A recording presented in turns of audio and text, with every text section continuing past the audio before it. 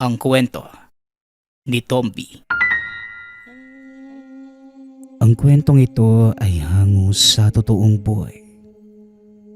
Mula ito sa isa nating tagapakinig. Karanasan ito ni Karyo. Walang eksaktong taon. Probinsya ng Leyte. Nang mga panahong ito, 14 anyos pa lamang ako. Sa tagong lugar noon ng Isabel, tahimik na namumuhay ni Nanay Diyosa. Taga Iloilo talaga kami. Lumipat lamang ng Leyte mula nang mamatay si ama. Nawalan ito ng buhay dahil sa isang sakuna. Malalaman sa kwento kung papano. Ang ikinabubuhay namin ni ina ay pagbubukid. Karaniwan lamang naman yun sa lugar. Mga gulay, mais at marami pang iba. Ang iba ay ginagawa naming pangkonsumo, habang ang iba naman ibinibenta. O kaya naman minsay ginagawang kakaniniin. Kagaya na lamang ng puto balanghoy, sinakol o nilusak at iba pa. Madalas itong nilalako sa paaralan. Nagkakasabay kami ni nanay papunta sa eskwelahan. May iba pang pinagkakabalahan si Nanay Diyosa. Isa din itong albularya. Masasabi kong naiiba siya kumpara sa karaniwan at mga nakilala ko noon. Nakikita ko yun sa lahat ng mga ginagawa niya. Lahat ng naging bisita sa tahanan. Ni isang beses ay hindi ako nakapansin na may negatibong reaksyon niya. Hindi sila lumalabas ng bahay na hindi gumagaling. Pero partikular lamang ito sa mga sakit na hindi normal. Nasa liblib ang tahanan namin, ngunit may iilang kabahayan. Pero nasa bandang dulo pa kami. Pero madali mong makikita ang bahay namin. Dahil sa amin lang naman ang nasa mataas na antas ng lupa. Nasa taas ito ng burol. Nakaangat ng kaunti sa lupa at ang ilalim ay kulungan ng mga manok. Panay ang reklamo ni Nanay Diyosa. Pinapamahayan na ng mga bunhok ng manok ang tahanan. Bunhok o kuto ng mga lahi ng mga ibon. Makati ito sa balat ng mga tao. Nakakairita at nakakainis. Noon hindi ko talaga alam kung ano ang kinamatay ni ama. Sanggol pa lamang ako nang mangyari yun. Ngunit hindi na nag-asawa ng iba si nanay. Ganun ito katapat kay ama. Palagi kong tinatanong si Nanay Diyosa kung ano ba talaga ang kinamatay nito. Pero palagi lang niyang sinasabi sa akin na nadisgrasya.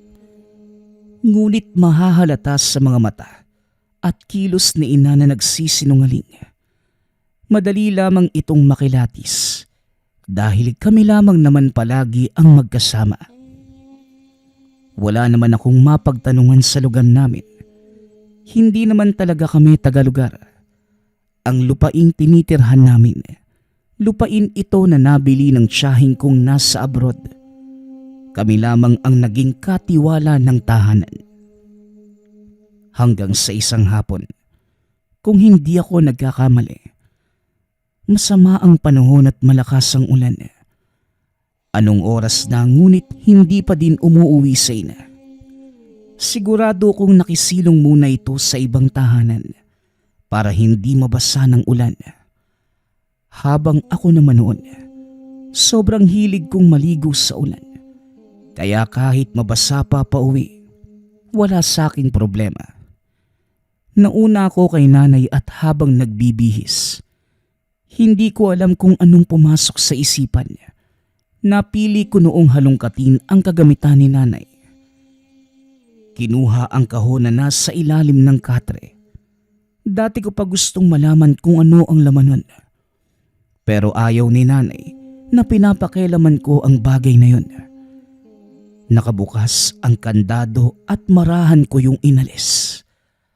Pagkabukas ng takip ng kahon, may nakita ako na ilang pahina ng papel at may kung anong mga nakaguhit. May korteng pabilog at may patulis. Sa ibang pahina naman, mga alpabeto ang nakasulat. Ngunit alinman sa mga katagang yun ay wala akong naintindihan. Nababasa ngunit hindi ko alam kung anong ibig sabihin. Maliban sa mga papel, may isang bagay pa akong nakita. Isang kawayang sisidlan at may takip. Meron ding mga tela na halatang may mga laman. Lumakas ang kuryosidad ko sa mga nakita. Sinuri ko ang laman.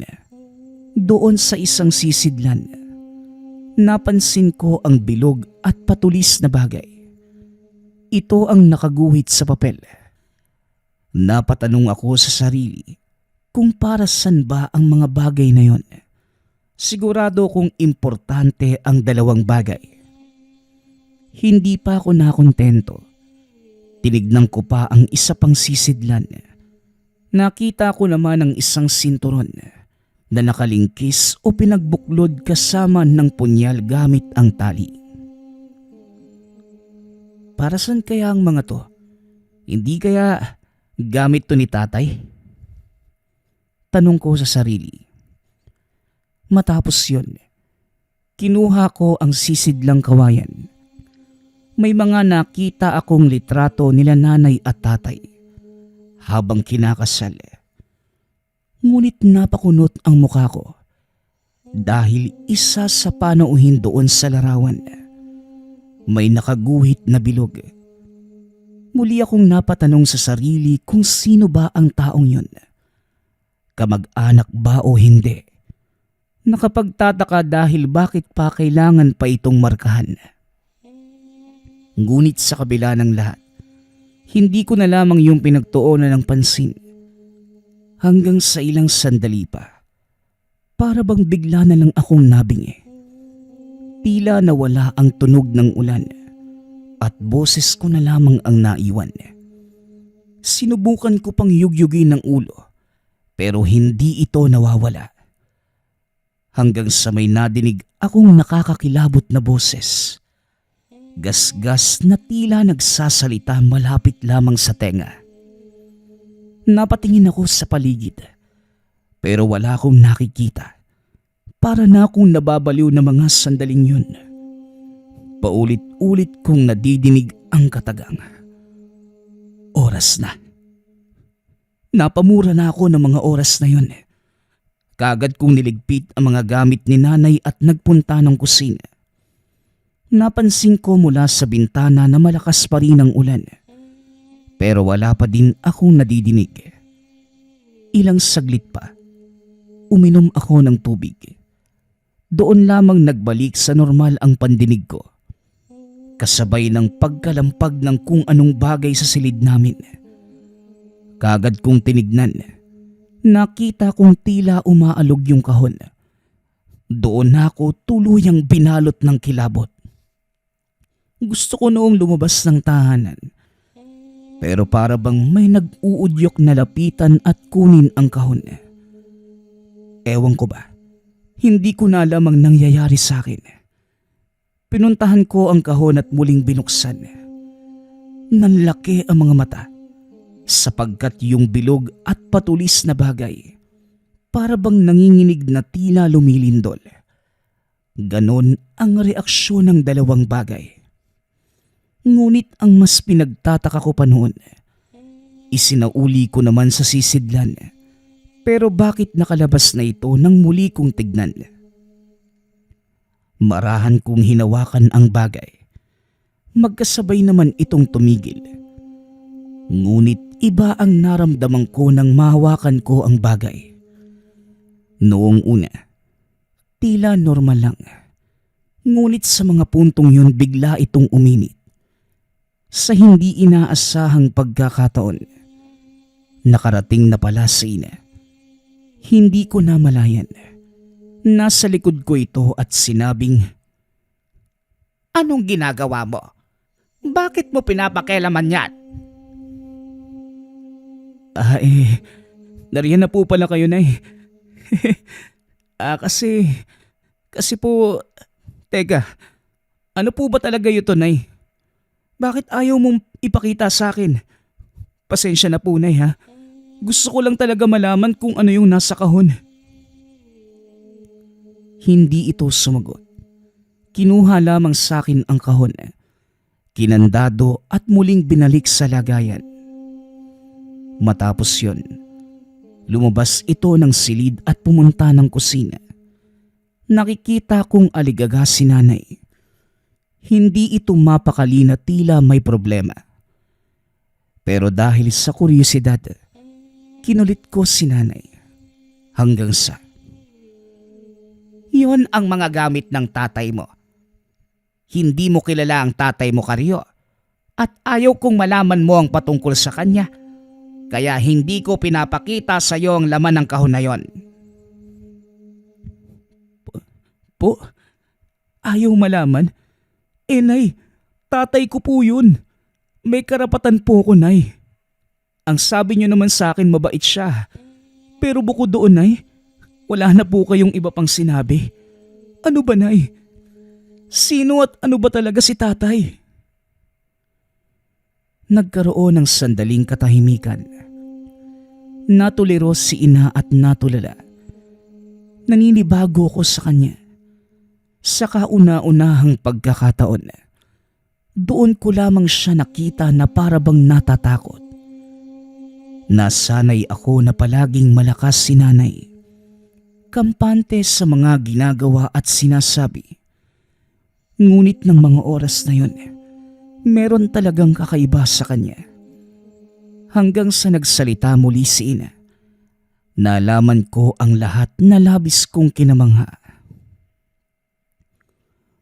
Ako at ang tatay mo, parehas kaming albularyo. Pero si Ranilo, mamamatay siya. Hindi ng tao, kundi ng nilalang. Matapos kitang maisilang anak, ilang araw mula yon, napatay ang tatay mo. Dagdag ng ina, hindi niya kilala kung sino ang aswang. Ngunit may pinaghihinalaan na ito. Pero hindi na siya nabigyan ng pagkakataong makagante. Mahina pa ito ng mga sandaling yun. Kakasilang ko pa lamang. Sa pagpapatuloy ni ina, malakas ang aswang na ito dahil kung hindi, madali lamang itong mapupuksa ni ama. Sapagkat ang tangan, isa sa mga pinakamalakas na mutya. Ito yung nakita ko na dalawang bagay na nasa loob ng kahon. Natanong ko kung ano bang klase itong mutya. Dagdag ko pa, bigla na lamang akong nabingi kanina. Habang pinagmamasdan ang mga gamit at may nangyari, gumalaw na lamang bigla ang mga ito. May nadinig ka ba? May nadinig ka bang mga bulong? Opo, Nay. Nakakatakot po yung boses, Nay. Basta garalgal. Tapos ang sabi niya, oras na. Paulit-ulit niya yung sinasabi sa tenga ko. Matapos yun, nanlaki ang mga mata ni Nanay Diyosa. Kagad itong pumasok ng silid at sinuri ang mga gamit. Sumunod naman ako sa kanya. Hanggang sa muling nagsalita si Nanay. Noong nabubuhay pa ang tatay mo, may sinabi siya sa akin. May gabay si Ranilo, anak. At ang sabi niya, maipapasa ang gabay sa iyo sa oras na mamatay siya. Kasama ang mga gamit niya. Pero anong magagawa ko? Mukhang ito talaga ang tinadhana. Madali lamang intindihin ang mga nararamdaman mo kanina. Isa itong pahiwatig na kailangan ng mapasakamay mo ang gamit ng tatay mo. Pero natatakot ako, anak. Baka kung anong mangyari sa'yo. Hindi ko alam kung anong isasagot ko kay Nanay. Oo, Aminado kong namangha talaga ako sa mga natunghayan at nalaman. Ngunit naguguluhan ng mga oras na yon. Para bang lutang ako sa alak at naglalakbay ang diwa sa kawalan. Ilang saglit pa sinabi ko kay nanay na kung talagang para sa akin nga ang gamit, bakit kailangan niyang ipagkait yun sa akin? Dagdag ko pa kay nanay, ano bang kinakatakutan niya? Hindi naman ako papatay ng aswang o anumang mga nilalang sa dilim. Tatanggapin ko lamang ang gamit bilang respeto ko sa namayapang ama. Pero hindi naman ako magiging katulad ni tatay. May hindi ka nalalaman, anak. Pero sasabihin ko na rin sa'yo. Ang dahilan kung bakit pinili ko ditong tumira. Dahil hinala ko. Nandito ang pumatay kay Ranilo. Nasa kabilang baryo lang nakatira. Matagal ko na siyang sinusubaybayan.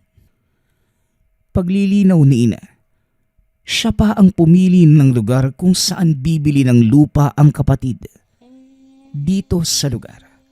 Para mas masubaybayan niya ang bawat kilos ng aswang. Akala niya nung una nag-iisa lamang ito. Pero may kasama pa pala na ibang kauri. Humahanap lamang siya ng tiyempo.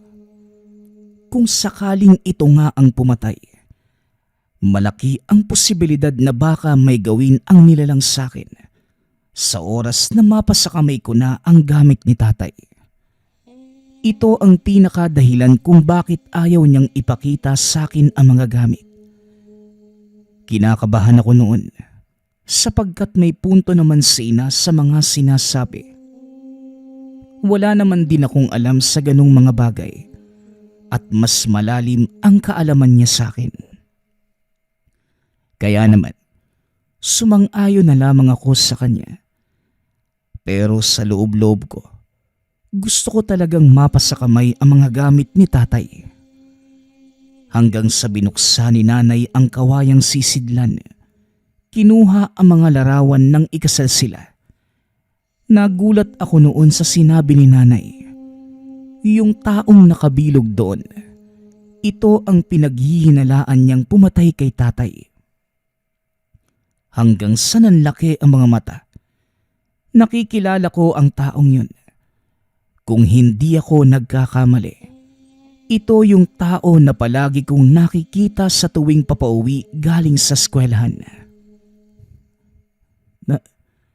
Nay, di ba madalas natin siyang nakakasalubong? Oo anak, tama ka. Alam kong alam na niya ang pakay ko sa kanya.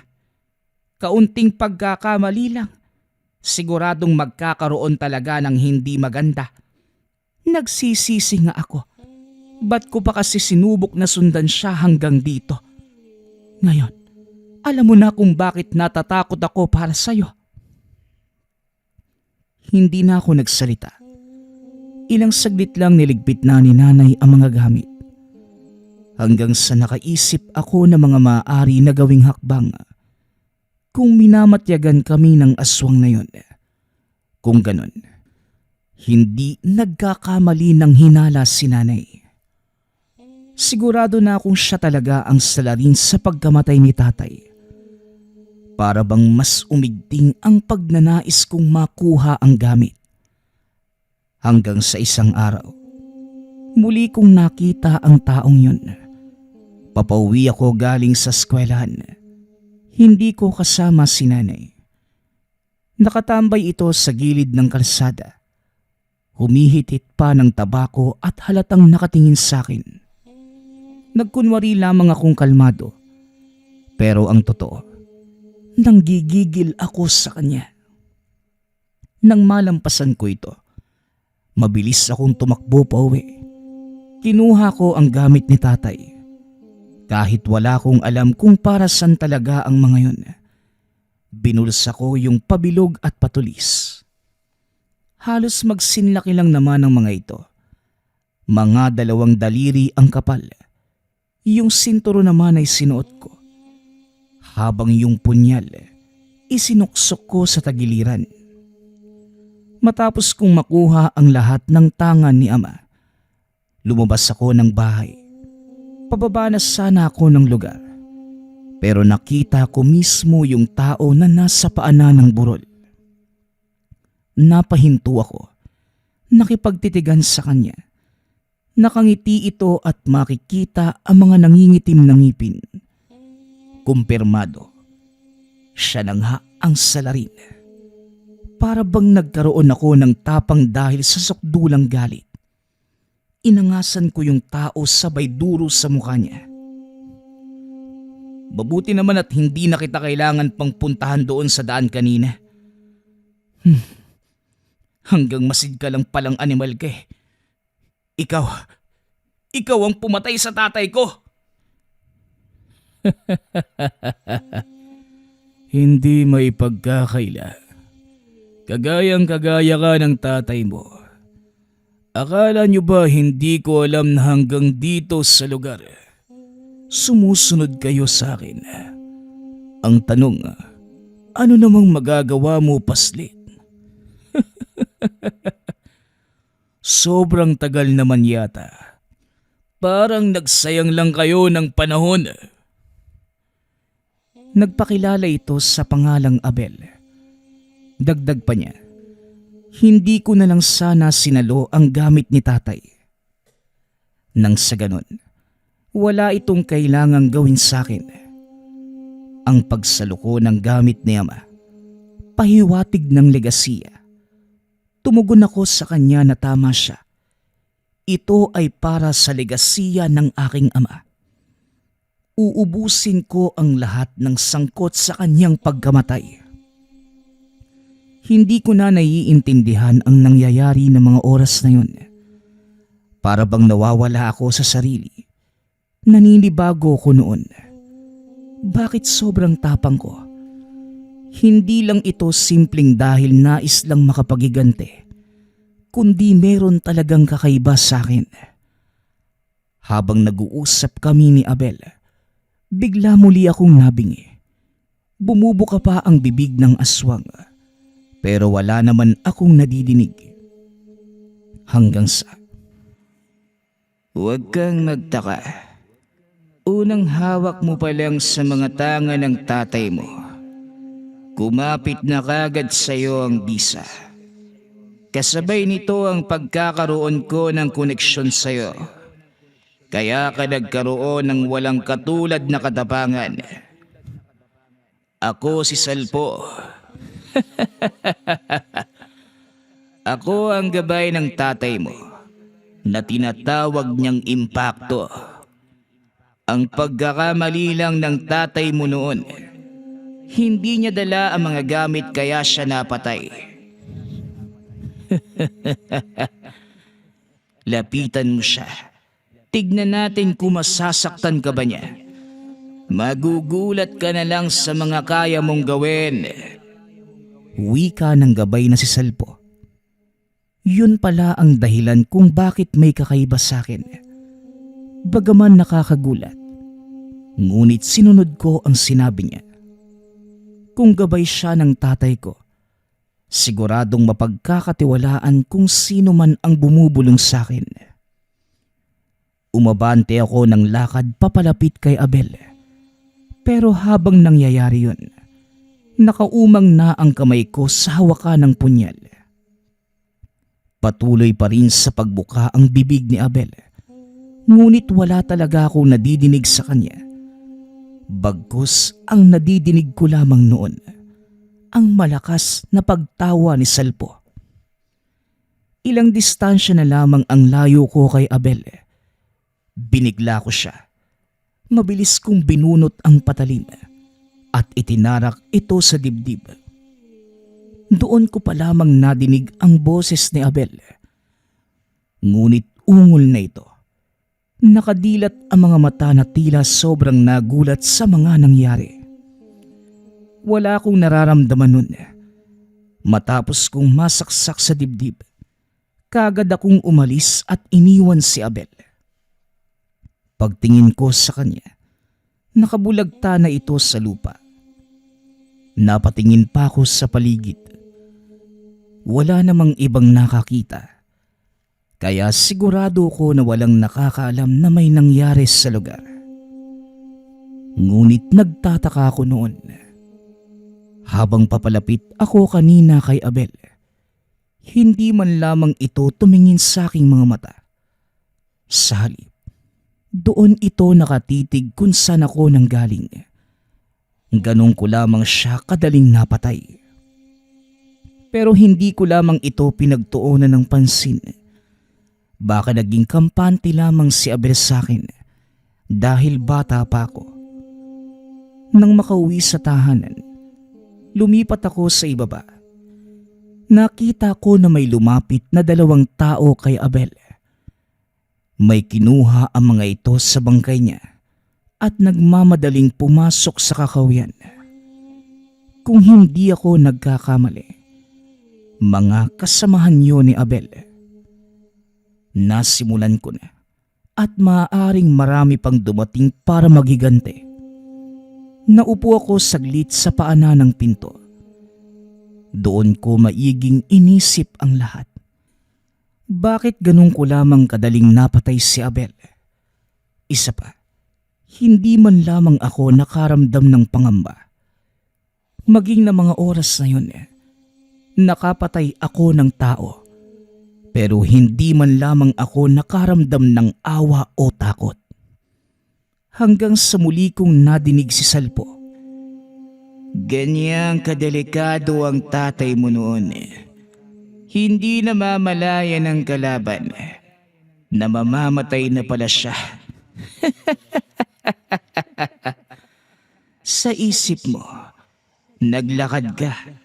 Pero dahil sa bilis mo, para bang huminto ang oras sa mga kalaban. Natanong ko naman ng gabay kung sino at ano ba talaga si Tatay Ranilo. Tugon niya, ang ama ko ay dating may hawak ng bertud ng sarangay. Tumatawa pa ito habang nagsasalaysay. Dagdag ni Salpo, siya ang nagbigay sa tatay ko ng 2 bertud ng sarangay. Nangyari ito nang minsang malagay sa bingit ng kamatayan ang ama. Tinambangan siya ng mga aswang sa gubat kung saan ito naghahanap ng bertud. Kung hindi dahil kay Salpo, mas maaga ang pagkawala sa mundo ni ama. Hindi na sila magkakatuluyan ni ina at hindi na ako isinilang sa mundo. Natanong ko pa nga si Salpo kung ano ang sarangay. Meron din naman akong kaalaman sa mutya. Pero bago pa lamang sa pandinig ko ang katagang sarangay. Kaibigan ko lang naman ang sarangay. Isang uri ng engkantong bantay. Isipin mo na lang ang dambuhalang tao na may ulo ng toro. Ganon ang itsura ng sarangay. At ang 2 bertud mula pa sa bangkilang pinatay ng sarangay na yun. Patulis ang ngipin at bilog ang mga mata. Hindi mo yan maikukumpara sa mga pipitsuging tinatangan ng karaniwang tao.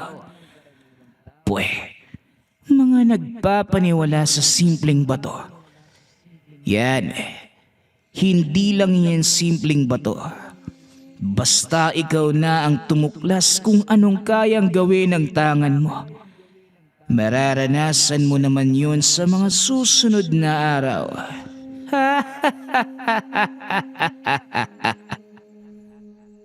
Gusto ko sanang sabihin na magpakita siya sa akin.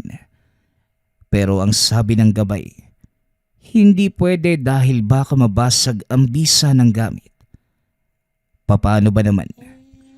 Magugulat at matatakot talaga ako kapag nagpakita siya. Walang matapang na tao na kayang makita ito sa personal. Hindi na lamang ako nagsalita noon. Kung totoo ang sinasabi ni Salpo, talagang nakakakilabot ang kanyang itsura.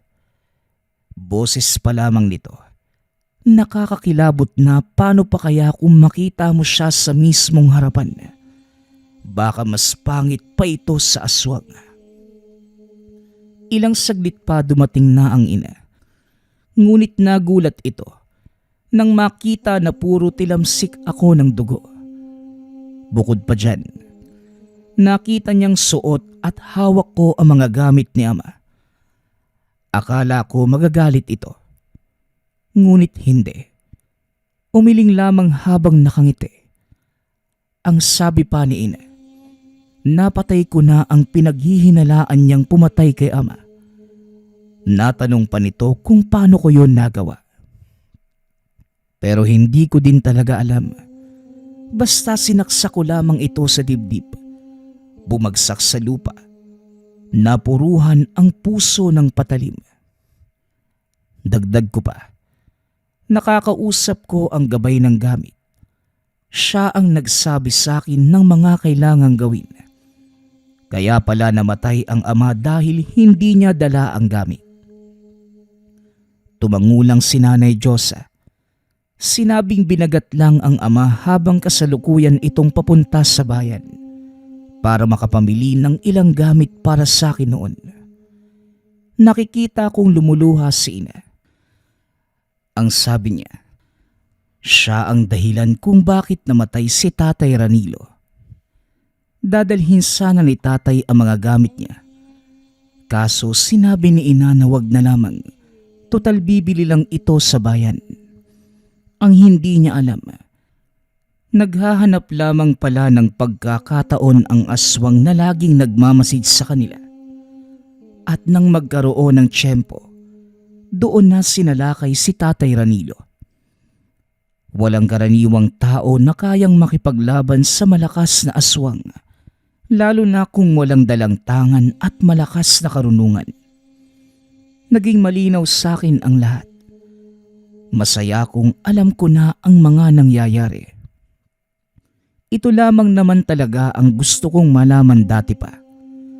Kung ano ba talaga ang misteryo sa pagkamatay ni tatay. Bukod pa roon, may matutuklasan pa pala ako na siyang nagpabago ng lahat. Hindi lang pala simpleng albularyo si ama. Dahil bantugan ang tatay ko.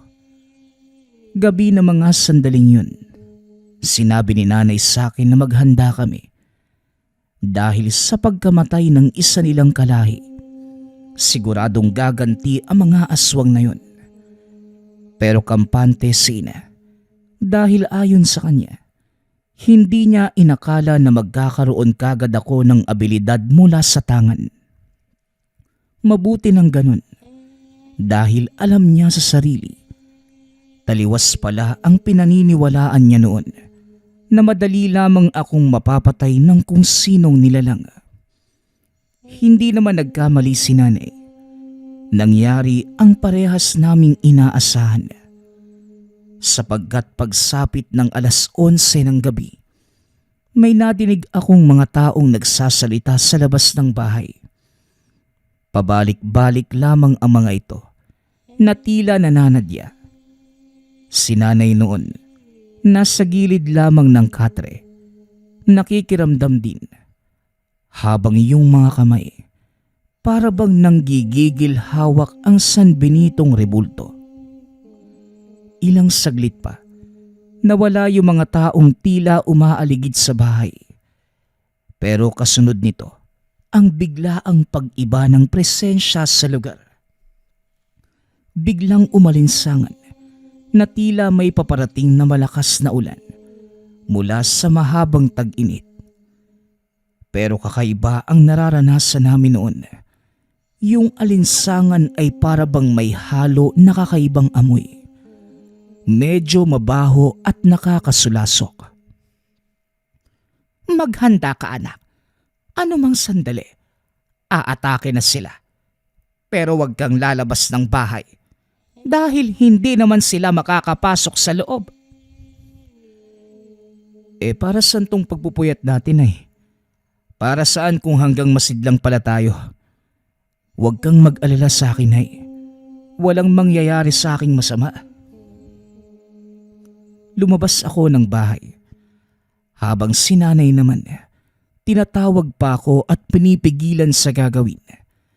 Pero hindi ako nakinig. Wala naman akong nakitang kung ano sa labas. Medyo naaaninag ko ang lugar kahit walang ilaw.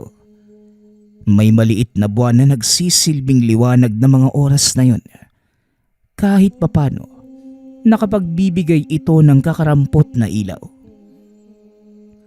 Hanggang sa mas lumala pa ang baho.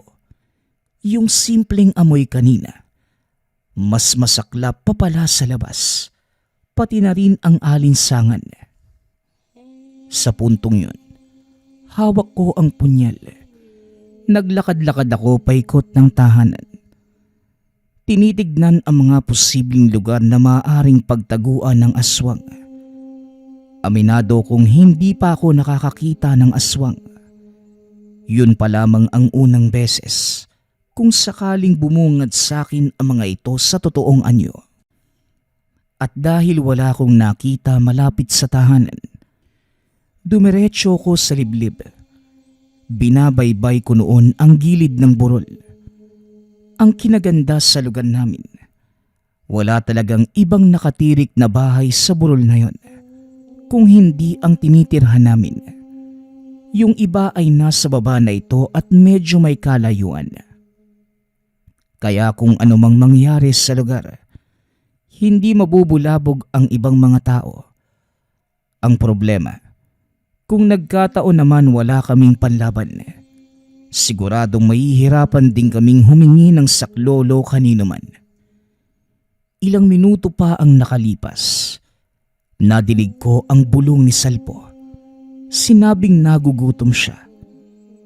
Nagtataka ako sa sinabi ng gabay. Kumakain pala ito.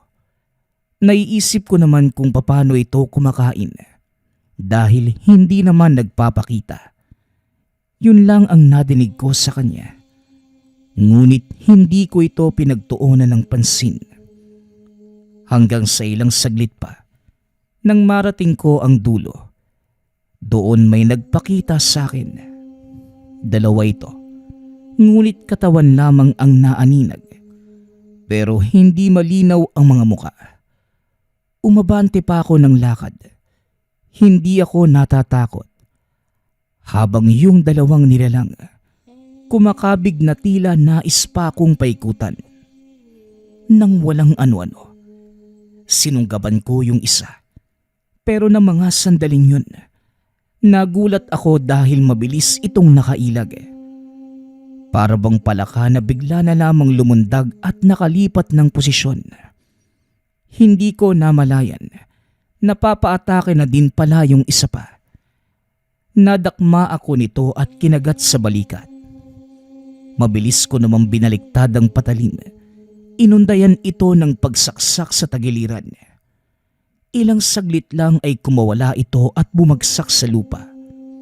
Doon ko pa lamang nasilayan ng malinaw ang itsura. Tao lang, ngunit may maladyablong muka. Makapalang kilay at nakaumbok ang pisngi. Nakanganga ito. Kitang-kita ang pagbuluwak ng masaganang dugo sa bibig. Nagtataka ako dahil wala man lamang akong tinamong sugat sa balikat. Dama ko ang lakas ng pagsunggab, ngunit wala namang nangyaring kakaiba sa akin. Habang tinititigan ko ang aswang, dito ko muling nadinig ang boses ni Salpo. Humahagikgik na ito na tila tuwang-tuwa. Habang yung isang aswang naman, hindi na nagtangka ng masama. Nang maramdaman itong patay na ang kasama, nagtangka na itong tumakas. Matapos yun, pauwi na sana ako ng tahanan. Mga ilang metro na ako noon, ngunit nadinig ko muli ang boses ni Salpo. Nang mga sandaling yun, hindi na sa likod ng tenga, kundi nagmumula ilang distansya mula sa akin. Hinahanap ko naman ang pinagmumula ng tinig.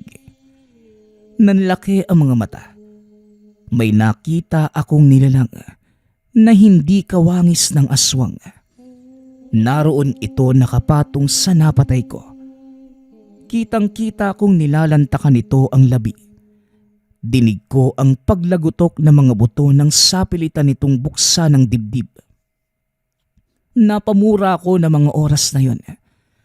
Napatanong sa sarili kung ano ba ang nakikita. Matapos niyang mabuksa ng dibdib, inginudngod ng nilalang ang muka. Kung hindi ako nagkakamali, kinain ito ang lamang loob ng aswang. Binibigyan ako ng tapang ng tangan ko. Ngunit na mga sandaling yun, tila bigla itong nawala. Nakakakilabot talaga ang itsura ng nilalang. Lalo na nang lapitan ko ito para masuri ang itsura. Para itong pinaghalong oranggutan at paniki ang muka. At may sungay pa ito. Inihanda ko ang sarili. Hawak ang punyal. Marahang iniangat para bumuelo ng pagsaksak.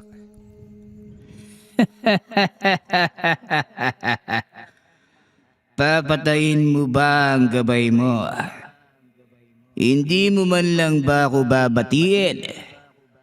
Ito ako, Karyo. Ito ako, ang tinatawag ng tatay mong impakto. Ipinagbabawal sa akin ng manakit. Kaya ginamit ko ang tatay mo. Ano? Tama ba yung nadinig ko? Ikaw si Salpo. Kumakain ka ng... Oo, kumakain ako ng karne ng tao. Pero dahil sa tatay mo, napipigilan ko ang sarili ko. Hiniling niya sa akin na ang kakainin ko lamang ay mga masasamang tao o kaya naman aswang. Dahil kapag hindi ako sumunod, ibabalik niya ako kung saan ako nanggaling. Magugutom ako, Karyo. Sobrang haba ng panahong inantay ko. Ngayon lamang ako nakakain muli. Sayang nga yung pinatay mo kanina. Tinangay pa ng mga kasama niyang aswang. Ako na sana ang magliligpit noon. Hindi kaagad ako nakapagsalita. Hindi pa pala tapos ang lihim na dapat kong malaman. At kung hindi ako nagkakamali, sinadya ni Salpo na bigyan ng tangan ang ama para din sa sariling kapakanan. Kaya pala madaming pinatay na aswang si ama para lamang makakain si Salpo. Napapaisip ako ng mga sandaling yun. Magiging madugo ang kakaharapin ko kung gabay ko ang nilalang na ito. Hindi malayong maging katulad din ako ni Tatay Ranilo. Magkahalong pag-aalangan at pagkamangha ang nararamdaman ko noon. Ngunit ganun pa man, naroon na at nasimulan ko na ang lahat. Ang kailangan ko lamang naman gawin, ubusin ang sinumang aswang na mananalasa sa lugar. Matapos malantaka ng labi, hinila ito ni Salpo papunta sa malayo. Hindi ko alam kung anong ginawa niya roon. Basta ilang saglit lang, nadinig ko na muli ang bulong niya. Umuwi ako ng tahanan. Nakita ko si nanay na naroon sa labas. Nakatingin sa akin at nag-aalala. Kagad niyang tinanong kung nakaharap ko ba ang mga aswang. Ang sabi ko naman, napatay ko yung isa. Ngunit tinangay din ito ng mga kasama kagaya ng nangyari kay Abel. Hindi ko sinabi kay nanay ang patungkol sa gabay. Siguradong wala pang ideya si Nanay Diyosa doon. Halata naman dahil ni minsan, wala itong nabanggit sa akin na ugali ng gabay ni ama. Ilang araw ang nakalipas. Kada aalis ako ng tahanan at pupunta kung saan-saan. Tangan ko ang 2 mutya. Dala ko din noon ang punyal maging ang sinturon. Para na akong si tatay. Nakikita ko si ama sa aking sarili. Sa kabutihang palad, wala namang nanghamak pa. Sinubukan ko ng puntahan ang tahanan nila Abel. Isang liblib na nayon at may ilang residente ding nakatira. Ang iba dito ay tao lang, ngunit ang iba, alam ko sa sariling aswang. Bukod sa nararamdaman ko sila, nakikita ko din kung paano kumilos ang mga ito. Hindi naman ako naging mapusok, hanggang masid lamang ang ginawa ko. Ngunit hindi ako nagpakumpiyansa.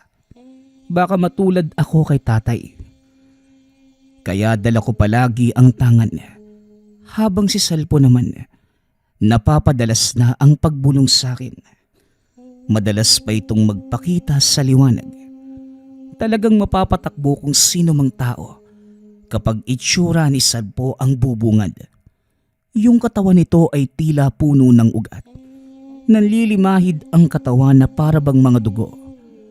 Kulay pula ang kulay ng balat ni Salpo. Pula din ang mga mata. Ngunit ang mga ngipin na matutulis ay kulay itim lahat. Literal na isang impakto si Salpo. Sa likod ng nakakatakot nitong itsura, akalain mo ba namang pilyo pala ang animal? Pero walang nagagawang mabuti sa akin si Salpo.